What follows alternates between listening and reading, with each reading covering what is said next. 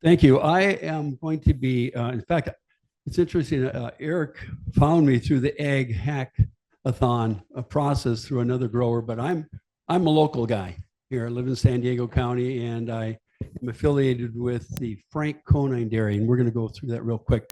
But what I'm going to do is give you a perspective. I'm an ex-University of California farm advisor and academic. Worked up in Santa Clara County for a lot of years as the county director, ran the Bay Area Research and Extension Center for the university. So I've been doing this for about 50 years, believe it or not. So I have a lot of different experiences, but what I'd like to do is share with you an experience that's happening right here in San Diego County and how we're surviving as a farm and some of the technology, if you will, that I think can help people that want to continue to farm in San Diego. And I'll give you kind of a thumbnail sketch of what that looks like currently in San Diego, because it's very different than the rest of California. And in fact, in many cases, the rest of the United States. How many farmers do we have in here right now? Show of hands. Anybody? Anybody that's farming at all for a living? Not one person. Interesting. Not surprising. Next, let's see, is there a slide? Is it right here? That one. Thank you. Okay. I'm associated with, you're gonna hear a lot about compost today, because that's where I spend a lot of my time. I'm affiliated with the Association of Compost Producers, which is the California state chapter of the U.S. Composting Council. And as such, this is our mandate basically is to increase the quality, value, and amount of compost being used in California. But then you might want to ask yourself, why? Who cares? Well, these are some of the supporting organizations. Have about 117 individuals from 97 organizations that are part of the national membership. And most of them are here in California. We have probably the largest composting infrastructure and recycled organics infrastructure in the United States. But let's get to the topic here about para-urban agriculture. How many are familiar with that term? Anybody here heard that one? Isn't that interesting? Yeah. What is it and what it is, why it's important and what its unique characteristics are? It's defined by the Food and Ag Organization as agricultural practices within and around cities which compete for resources. Interesting, compete for resources, land, water, energy, labor, that could also serve other purposes to satisfy the requirements of the urban population. Now, taking a perspective of a pathologist, I'm responsible for studying plant diseases and various aspects of these diseases, such as organisms and environmental conditions, the cause of these diseases, the mechanisms which favor and factor into these diseases, and the interactions. It's a very complex field and very poorly understood, to be perfectly frank. But if we look at it in the simplest terms, and I'm going to really try to simplify all this, if we define the disease as any condition which impairs health or interferes with the normal functioning and survival of a living organism, we can apply that to us, COVID, or we can apply it to plants or animals, what have you. But let's look at the word health, because we hear that one being thrown around a lot. Soil health. And I'm going to ask you what that means in just a sec. Definition of health is a state of complete physical, biological, chemical, and communal well-being of a living organism. So with that definition, what's soil health? Anybody have a definition of that? Yeah. Actually, you're real close. Yeah. It's soil that functions as a living ecosystem, which includes the microbiome. So he's just about spot on. It functions, but it includes chemistry, physics, and biology. And that's a major paradigm shift that's happened within the USDA and the Natural Resource Conservation Service, because when I was in grad school, we talked about soil quality, and we knew the chemistry, we knew the physics. We didn't really pay a whole lot of attention to the biology because it was too complicated. Well, that has shifted big time. And the last speaker is a good example of that shift and what you're seeing, particularly as it comes to soils. In your case, it was aquatic. But so a plant pathologist looks at plant disease with this model. To have any disease, you have to have all three of these components happening all at the same time. You have to have a susceptible host. You have to have a virulent pathogen, and you have to have a favorable environment that favors the pathogen over the susceptible host. If I shift any one of these and eliminate it or impact it negatively, I don't have disease, which means I can have the pathogen present. In fact, I don't know how many of you got COVID, but I got COVID. Lasted about a week. Actually, it wasn't bad. Kind of mild, really. Why am I not dead? I was infected, right? Because I wasn't susceptible. I didn't have pre-existing conditions that made me vulnerable to what that organism or that virus really could do. But certainly the environment was favorable. Everybody, it was all over the place. And I was infected. So disease is a real interesting concept, and it's a very dynamic process. So let's take that same model and apply it to agriculture in San Diego. And particularly agriculture that coexists within an urban environment. The susceptible host in this case isn't the land per se, as much as it is the very individuals who farm the land or the nurserymen. The virulent pathogen, and I'm going to explain this in just a second, is the waste between our ears, our lack of understanding how to support the host and make that host resistant to going out of business and not being here anymore. And then the favorable environment for a disease that takes the farmer out of business oftentimes are the competing needs and interests that they have to deal with. The waste between our ears. That comes from a book, can't recommend it more highly, by Jerry Gillespie out of Australia. Started the Zero Waste Alliance, International Alliance. And he says, well, I'll read it here in just a sec, but he says, as a human population, our attitudes towards waste have not changed in recent times, even when the climate was telling us we were wrong and what we were doing was a path to certain destruction. And we just simply ignored it. Oops, what happened here? Okay. Up to 70% of everything in a waste stream, depending, of course, on the source, is organic. Trees, grass, food, dead animals, manure, biosolids, paper, cardboard, you get the picture. This book lays out a different vision. It says the missing ingredient to disrupt climate change is in the trash.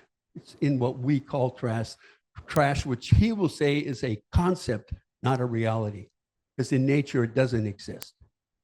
Everything is looked at as a resource and it's cycled. Now, what does that have to do with the survival of farmers in San Diego County?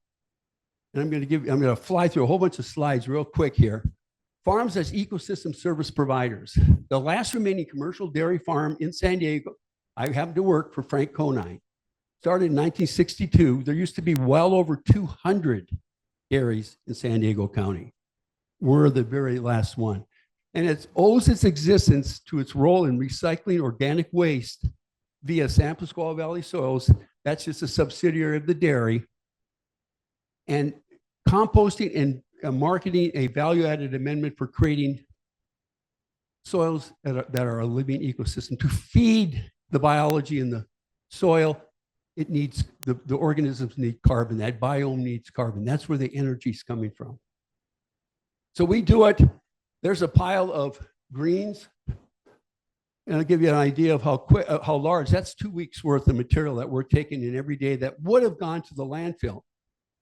And why don't we want it to go to the landfill? How many of you are familiar with Senate Bill 1383, the Short-Lived Climate Pollutant Act in California, passed in 2016, implemented in 2022? Anybody here know what that bill says? It says we're going to divert 75% of these organics we were talking about from our landfill to reduce the amount of methane we're spewing up in the air and heating the planet up with it. Not only is it a bill that was passed, but it has a very significant financial penalty for every city and every citizen who doesn't do this. And they want to accomplish, the goal is 75% diversion of organics from landfills by 2025. That's next year. Well, we're not even close. But that bill is in place. The fine for not doing it for a city, $10,000 a day fine if you do nothing. If you do nothing. So that's driving this, and it's going to increase. California has to increase by over 1.5 million more tons we have to take in than we already are, and we still don't know how to use the stuff we even have. So here's our compost facility. Been around since 2007, 17 years, and that pays all the bills at the dairy. Without that facility, and here's the operation, and you can see the dairy in the background there. We produce what you think of as fine compost, but also this is compost, the overs, and we use different particle sizes to accomplish different things, and we'll talk about that very quickly. We also take all the zoo. How many go to the San Diego Zoo? Where do you think that organic material goes to? Comes to us. We take all of their organic material. They have land around our farm, and we use it, and we spread it. By the way, this piece of equipment here, when there were over 200 dairies, there were a lot of pieces of equipment and technology to apply organics to land to build soil health. Now you got one dairy that's got manure spreader in the entire county. We got a real problem here on the last mile, how we're going to get this material spread if we're going to divert it from a landfill to building healthy soils. But that's what we're doing with it. That's our fourth crop, our alfalfa. 2 applications of compost a year, no synthetic nitrogen. We get 10 cuttings a year for 3 years, and then we rotate into ryegrass. That is transforming what is dead organic material, bacterial biomes, what have you, composting it, making it safe to handle, and applying it twice a year. So this is the last dairy I mentioned, established in 1962. And Frank's goal in life, his mission, is to survive where everybody else failed. Because it's an extremely unprofitable venture, just a dairy by itself without other streams of revenue. And those streams of revenue include feeding his animals with recovered food that you don't have any use for. And we're going to show you that real quick. And then composting. So just those 2 components of the US EPA's food recovery hierarchy. And we literally have trucks that go out and upcycle food byproducts as dairy feedstock. Anybody like microbrewed beer? Where's all that stuff going? Where's all the spent grain going? Well, it comes to us. 18 microbreweries we pick up their spent grains and we feed it to the heifers, the young developing female cows, to produce butter. Here's some processed juice pulp there's 5 juice factories. Where's that stuff going? Well, that would have gone to the landfill. We take it and we feed our cows with it and produce butter. Upcycled expired produce as dairy, just all the spent food. And all of you have green bins and you're throwing your food in there. Where's that going to go? Much of it's going to go into a compost facility, but some of it could be used to feed livestock and produce products that we can consume. Bakeries, 13 bakeries, they have a massive amount of stale stuff they can't sell the next day. That was going to the landfill. We take that. That supplements our corn. Other things that we feed our cows, cottonseed. All of you have cotton on, jeans, whatever, came from a plant, and we have a waste product called cottonseed. You can make cottonseed oil with it, or you can feed it to the cows and make butter. And here's last for bulking, almond hulls that cows will eat. You blend it in. We have a different recipes for the different stages of the cow. So that's how we are keeping, we upcycle over 2,600 tons a month of the stuff I just showed you that was going to the landfill. So each month we basically extend the life of the landfill. That's how much they take in every day. The city of San Diego does. Every day they take in 2,600 tons of food waste that we throw away. Big problem. we got to do something about it. So let's look at para-urban ag disease, the disease and loss of a culture, right? Our culture, the way we relate to each other upon agronomic and environmental practices occurs when we fail to connect local communities to the many benefits derived from prioritizing soil health through the responsible and wise application of carbon, compost, and organic bioresources. The benefits of a culture directly associated with farming and what it contributes to our quality of life are no longer considered relevant in the lives of the local urban community. In short, no farmers here. And how many farmers do you personally know? How many young people do you know are going into a career in agriculture? It's not considered a wise career choice. And yet without them, we have no culture based on nature, on the way the cycles work and how we handle our carbon waste. Joni Mitchell, when I was young, she was very popular. She wrote a song, it don't always seem to go that you don't know what you got till it's gone. They paved paradise and you put up a parking lot. And that's where we're at today. We have lost and pushed out so much of our agriculture. In the last 10 years, we lost over 30% of the avocado growers. Did you know that in San Diego? We used to do 60% of the avocados in the country, and now we lost it to Mexico, and we're doing 10% and falling deeply. We are in a crisis agriculturally, not only here in San Diego, but in this country. In San Diego, we have the highest concentration of organic farmers in the nation. That was in 2020. I'm not sure if it's still that, but let's say it is. Ranked number 1 in California and in the nation in the production value of avocados, nursery, and floriculture. That's in the US. Most of it's actually coming from Mexico, imported in. More farms and small farms than any other county in the US. But there's over 5,000 of these. 70% are considered small scale, and the average size of a farm in San Diego County is 4 acres. Very small. We're farming the dairy to support the cows, 750 acres. We're considered we may very well be the largest remaining agricultural operation left locally. In terms of land use, that is. What are the best benefits of local agriculture? Are the benefits of local ag? Well, these are some of the things we talk about when we start with healthy soils. Feed the soil, it feeds the plant, and it does all these other things like improve soil tilth and structure, that biome that gentleman was talking about, water conservation. If I increase the organic matter 1% in an acre foot, 43,560 square feet of soil, how much water, more additional water can I store in that soil with a 1% increase in organic matter? Based on some studies from Michigan State, 16,500 additional gallons are going to be held in that water, that soil that would have run off into the creeks and out into the ocean. We have a tremendous capacity to hold and absorb and infiltrate and replenish our aquifers simply by increasing organic matter and moving carbon to our soils. Carbon storage in the soil, sequestering it, balancing the excess in the atmosphere back into the soil. Big area of research. Not going to go into that too much. But what's the missing research that makes it all work? Healthy farmers and nurserymen. We're losing them. We're losing them. Why? Everybody, including everybody in here. Nobody out here. I didn't see any hands raising. I really want to be a farmer. And I'll tell you why you don't want to really be a farmer when you start looking at the statistics. You want a decent standard of living. And then also, gee, maybe you just might want some land to work.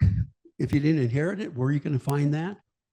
You want educational support for financial planning, and you want a technology that's appropriate to the ag practices for San Diego County. Well, 75%, just to give you a picture, of the farms in the U.S. post less than $50,000 a year in sales in the United States. The bulk of American ag output comes from farms that are sales of 1 million or more. And what's more, many American farmers hold a second job. Almost all the farmers that exist, that are remaining, the vast majority in the United States do it part-time. They get anywhere from 10 to 83% of their income from doing something else other than farming. So let's look at a living standard. What is a living wage in San Diego County? Well, it's the 14th. This was back in 2022, the 14th most expensive city in the United States to live, with a median salary of $63,739. Now, how does that equate when my gross revenue on the average 4-acre farm is less than $50,000 a year? That doesn't even include all the expenses, right? That's just my gross revenue. That's not a very optimistic picture. So the great tragedy of our society is And the sadness is that many citizens no longer recognize or even feel the loss of an agricultural society built on these agrarian values that sustain and improve the quality of life and that of our planet right now. We're not aware of it. The key to a healthy ag technology in an urban environment rests on the health of a very community of farmers, young and old, that are dependent upon new ideas and new technologies to solve the challenges of creating a livable wage in an increasingly urban and costly environment. Without the farmers, we have no ag. Simple as that. It's not going to farm itself, the land. Just real quick, Thomas Jefferson warned us of it. The country was established on these principles and we forgot it. Historically, all urban populations depend on pure urban ag to sustain themselves. However, cheap and plentiful energy pushed it out into the rural areas and allowed us to get away with it. But it's now coming back and biting us because we don't have the environmental services associated with agriculture to solve our urban problems, particularly carbon cycling. What will it take? Recognize the role of healthy, vibrant ag and technology. So I'm challenging all of you technologists out here, if you really believe any of this and you really think there's some validity to it, is to look at how you can use technology to help the farmers here in San Diego County. Create a realistic strategic plan in partnership with urban leaders, technologists, and farmers, and prioritize ag needs and resources as an essential part of urban planning and development. We're not doing that. Our urban planners don't have any farmers on the board. Identify the financial resources and funding opportunities necessary to support existing ag enterprises here in San Diego. And embrace the opportunity to effectively to be an effective solution to climate change through farming and through carbon farming and regenerative ag practices. And begin to quantitatively measure the benefits of local ag and communicate clearly effectively these benefits to the urban leaders and citizens. Every one of us has a role to play in this. Financially and politically support the development of new local farmers and nurserymen as environmental service providers. A different shift. Just like we don't look at soil as soil quality, we look at it as soil health. This table's not healthy, but it's got a quality to it. But a living soil does have a health. Think creatively outside the box on how ag in partnership with technology can solve local food insecurity, and be patient in dealing with and engaging with public that has long been disconnected from their agrarian past. And kind and tolerant of all viewpoints, because it's going to take all of us to solve this problem. So real quick call to action. We need to monetize the benefits of agriculture everywhere in this country, particularly in urban environments. These are some ways of doing it, some of the areas to focus on in terms of technological advances. And we must do technologically a collaboration and integration across many disciplines to solve these problems. We're having major problems with the last mile of moving organics from the landfill. Even though the goal's there and they've got some regulatory teeth, we don't have the technology to pull it off yet, financially or economically. There are things I will talk to you if you're interested about ways to get additional funding for farmers to do that that are very creative. And here's this real quick slide of how you can use technology. This is compost and recycled compost in Orange County at the Great Park. This was a sock farm. They put the compost in these socks and then fertilized with vermicompost tea in that and grew a crop on what essentially could have been a parking lot. And you could do this anywhere.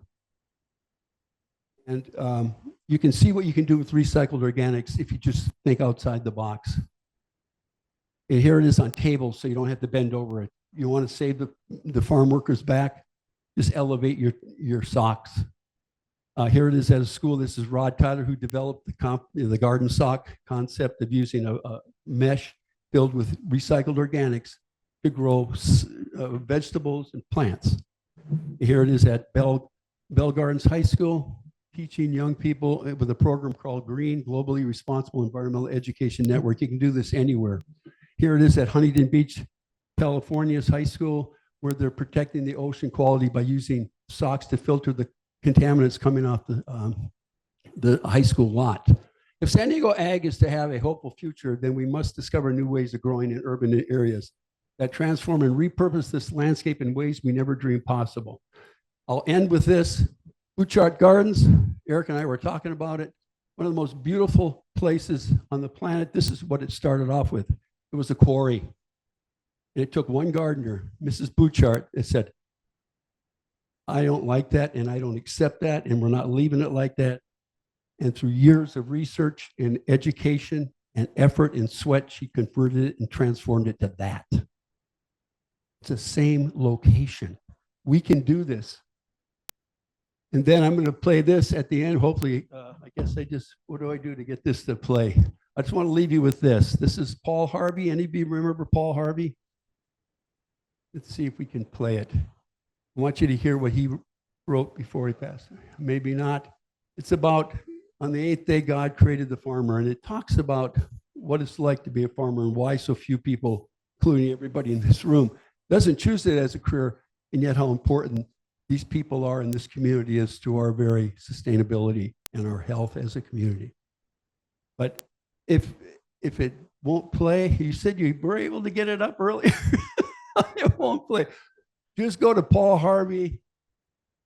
God created, on the eighth grade, God created the farmer, and listen to it on your own. It's a great snapshot of how much we owe these people that live among us, have for generations, and we need more of them. We need young people to embrace their agrarian. And so this is my contact information. I have my cards. I will say the Waste Between Your Ears, great publication, small. And the U.S. Composting Council publishes for organic watershed management 2 publications. It's the Compost Research and Education Foundation. It's the Compost and Climate Connection and the Soil and Water Connection, and how you use compost to solve all these problems. And then my last pitch for microbial biology, being a microbiologist by training, even the gardeners are now starting to get information in a form. This is written by a chemist, Robert Pavlis, called Microbe Science for Gardeners, and how to grow microbes by simply using recycled organics and inorganics to balance and invigorate the life in the soil. Thanks. So, quick question. If I could wave my magic wand and the one thing you want most would happen to educate our young people, what would it be? You asked that. I think we need to start at our elementary schools all the way up. And every school has to have a garden, and lessons to be learned about cycling carbon in our environment. Isn't it amazing that the carbon coming out of the back end of our vehicles and in our factories and that unbalanced our entire environment globally to the point where now we don't know whether we're going to get too much rain, not enough, it's unstable. We know how to fix this. We just have to have the will. We know the science to get this thing back into balance. That's the hope. But the work is educating every one of you in this room, educating and demanding that we re-embrace what Thomas Jefferson and George Washington and everybody knew, is that we're an agrarian nation, right? And every one of us should have it, even if it's a pot on your patio. If you don't have a land to grow something, and grow it in a container, grow it in a sock. But re-embrace your agrarian roots and educate. Maybe we could just focus on putting farms around the Amazon warehouses would probably do a lot. That's a lot of traffic. Question?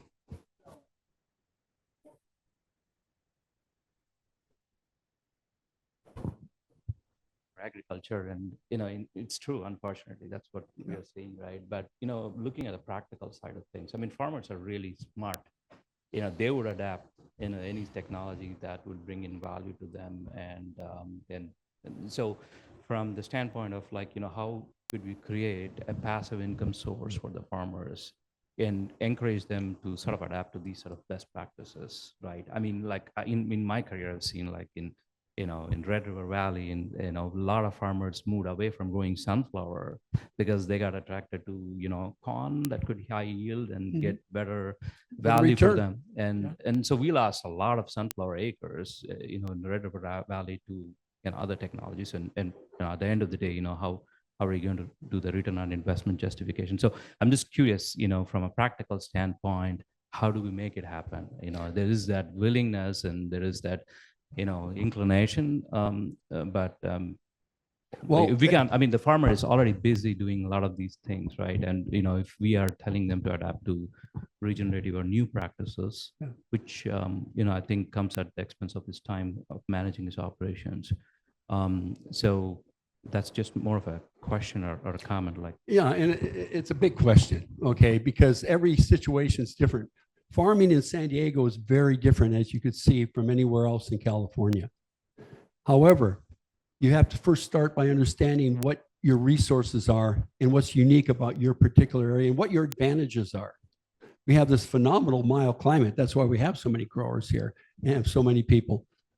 And we have a large technologically advanced community, but we're not bridging the two. There's such a thing in agriculture as hybrid vigor. Hybrid vigor is when I take the strength of one plant and I merge it genetically through breeding with the benefits of another plant. And I end up with a plant that's got more strength, more resilience. That's what we have to do as a society here. But we're leaving the farmers out of the equation, and these farmers are going to be essential, and we need more farms, not less, to solve our environmental problems and to manage and balance our carbon. Where else is this carbon going to go? Back into the landfill where we've been burying it for decades to produce methane and just keep heating the planet up? Is that the solution? Obviously not. But if we sit down and we make a livable wage for people that are willing to commit to this, to be the environmental service providers, if you will, like the Franconines, then we got a shot. But if we think it's not important and we can, I remember when I was a farm advisor in San Jose, Silicon Valley, and my first 2 weeks on the job, I met somebody on the city council, and she said, "Who are you?" I said, "Well, I'm the new farm advisor for Santa Clara County." And she looked at me and she said, "What do we need you for?" She says, "If we need food, we can fly it in from South America or from Mexico. What a waste." And she walked away. That was my introduction to life in Silicon Valley. We have time for one more question in the back. Good information. Yeah. But the thing is, when you say that you wanted people to grow in their backyard, in the house, the moment they started, your basically water rates goes up. You punish people. It's Your like your water rates go yeah. up? The water usage. Well, it really It's like depends. paying your third mortgage. Well, it really depends on what you're trying to grow. We farm 250 acres of dry farm grains to feed the cows. I don't apply any additional water to that. What the thing is, again, if you're going to grow, you do need the water, right? Absolutely. So great cause, but I think the link is missing, where you give people the right resources, right information, that this is how to use it. I love the idea, but it's not connected. Well, that just means we need some smart people to solve a Yeah. water problem. I would I agree with you. I would argue that with you, but I don't have the time right now. You do not have the time, but we have But plenty of Be glad to networking talk to you coming up. about that. We have plenty of networking Yeah. to